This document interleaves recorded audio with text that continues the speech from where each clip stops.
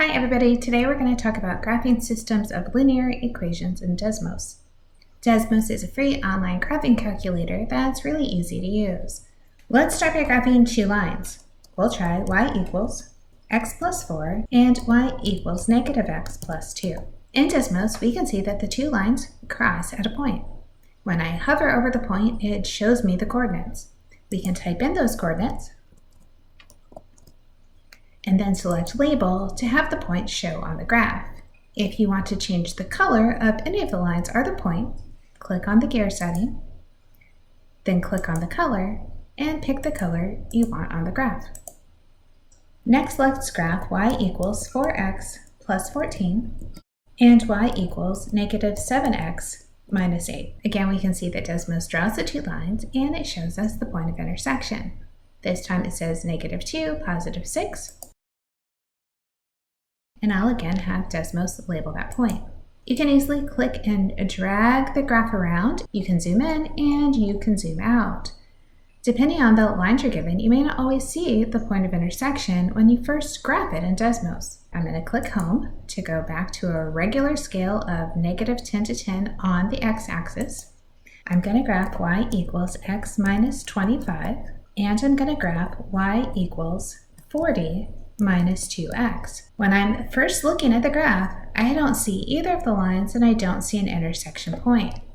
But if I go over and scroll, I'll eventually see both lines appear and I'll see the point of intersection. So there are times that you may have to change the scale of the graph or zoom in and zoom out to be able to find the intersection point.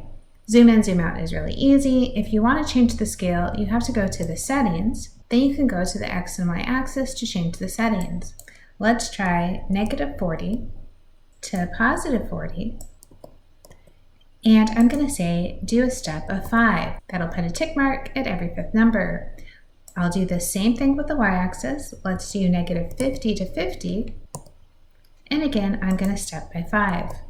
If you don't like the minor grid lines, you can unclick them, which makes the graph a little easier to see. When I click on the line, the point of intersection appears. When I hover over it, I can see the numeric values. You do not have to use slope-intercept form when you graph in Desmos. If I type in 3x minus 2y is 5, and 5x plus 6y is 13, it will still graph, so I can use any form of a line to graph inside of Desmos. To reset the coordinate system, I'm going to go to the settings, and I'm going to change the step back to 1 for the x and the y, and then I'm going to push Home to have it go back to the negative 10 to 10 on the x-axis. So things to watch for as you're graphing systems of equations. Maybe we have something like 2x plus 4y is 9, and then I have 4x plus 8y is 11.